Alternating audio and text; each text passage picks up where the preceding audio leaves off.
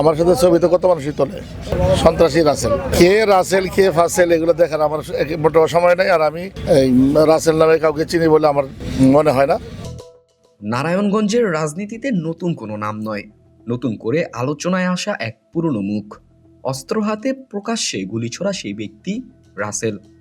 কিন্তু প্রশ্ন একটাই, সে কেন বারবার রাজনৈতিক নেতাদের পাশে? এটা কি নিছক সেলফি নাকি পরিকল্পিত মিশন?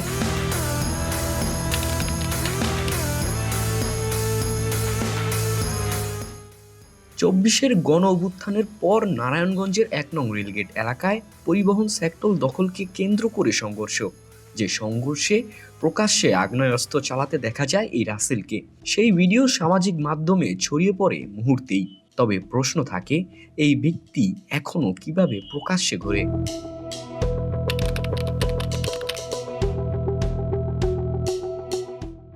আগস্টের পর জুলাই পদযাত্রায় নারায়ণগঞ্জে আসে এনসিপির শীর্ষ নেতৃত্ববৃন্দ।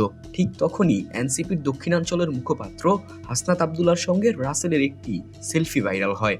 যে সেলফিকে ঘিরে সৃষ্টি হয় নেটিজেনদের মাঝে তীব্র সমালোচনা। পরে জানা যায়, ভিড়ের সুযোগ নিয়ে সেলফি তুলতে গেলে উপস্থিত নেতৃত্ব তাৎক্ষণিকভাবে রাসেলকে দূরে সরিয়ে দেয়। কিন্তু রাসেল ততক্ষণে তার কাজ সেরে ফেলে।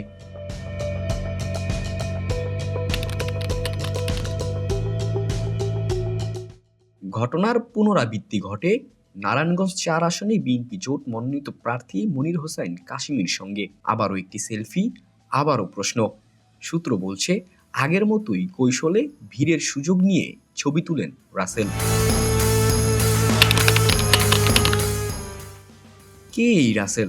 কেন বারবার শীর্ষ নেতাদের পাশে সে? এ কি নিজের প্রভাব দেখানোর কৌশল, নাকি নেতাদের বিতর্কিত করার পরিকল্পনা? আরও বড় প্রশ্ন, কোন গোষ্ঠীর হয়ে কাজ করছে সে? কার স্বার্থে এই সেলফি রাজনীতি? সন্ত্রাসী রাসেল কে ফাসেল এগুলো দেখার আমার মোটেও সময় নাই, আর আমি এই রাসেল নামে কাউকে চিনি বলে আমার মনে হয় না। আমার সাথে ছবি তো কত মানুষই তোলে। যে এই দুষ্ট চক্র এই কাজগুলো করতেছে, আমি প্রশাসনকে বলবো এগুলা খতিয়ে দেখেন, এবং এইভাবে বিব্রতকর পরিস্থিতি তৈরি করা কোনো সম্মানজনক কাজ না। এখন দুষ্ট চক্র তো দুষ্টুমি করবে,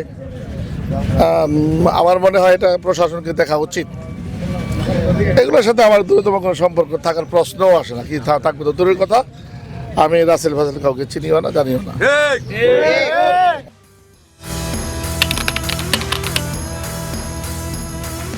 বিশেষজ্ঞরা বলছেন, এই ধরনের পরিকল্পিত উপস্থিতি একটি দলের ভাবমূর্তিকে ক্ষতিগ্রস্ত করতে পারে।